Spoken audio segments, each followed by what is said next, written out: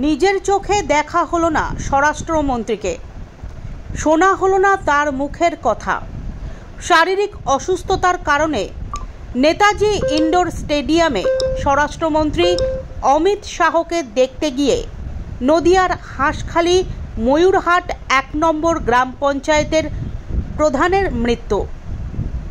শুধুমাত্র পদ, চেয়ার কিংবা ক্ষমতার জন্য রাজনীতি নয়, বিজেপির আদর্শ মন থেকেই ভালোবাসে অনেকেই। সব দলের মধ্যেই এই ধরনের দলঅন্তপ্রাণ মানুষ দেখা যায় আজও।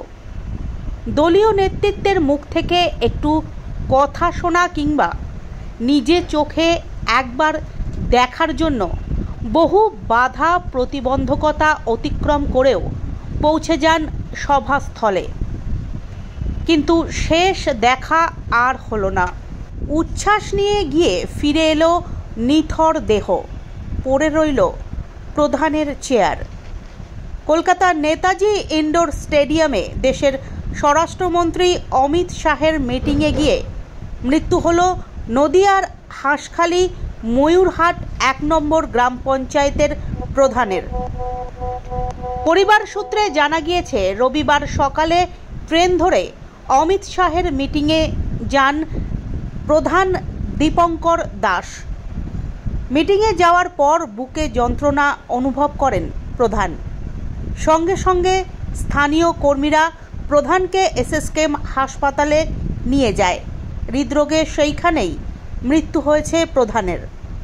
প্রধানের মৃত্যুর সংবাদ বাড়িতে পৌঁছতেই বাড়িতে ভিড় জমান কর্মী সমর্থকরা।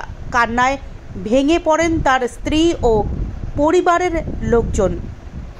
অতি দুঃখের সহিত জানানো যাচ্ছে, ময়ূরহাট 1 নং গ্রাম পঞ্চায়েতের প্রধান, সকলের প্রিয়, আমাদের সকলের শ্রদ্ধেয় দীপঙ্কর দাস মহাশয় আজ কলকাতায় অমিত শাহজির সবাই অংশগ্রহণ করতে গিয়েছিলেন এবং ওইখানে গিয়ে অসুস্থ হয়ে পড়ে এবং এ লোকের মায়া ত্যাগ করে পরলোকে গমন করেন। ওনার চিরবিদ্রোহী আত্মার শান্তি কামনা করছি এবং পুরো ময়ূরহাট 1 নম্বর অঞ্চলের প্রতিটা মানুষ এই ঘটনা শোনার পরে শোকস্তব্ধ এবং আমরা ওনার আত্মার শান্তি কামনা করি। আপনার পরিচয়? আমি রামদুলালপুর গ্রামের নির্বাচিত সদস্য, আমার নাম উজ্জ্বল বিশ্বাস।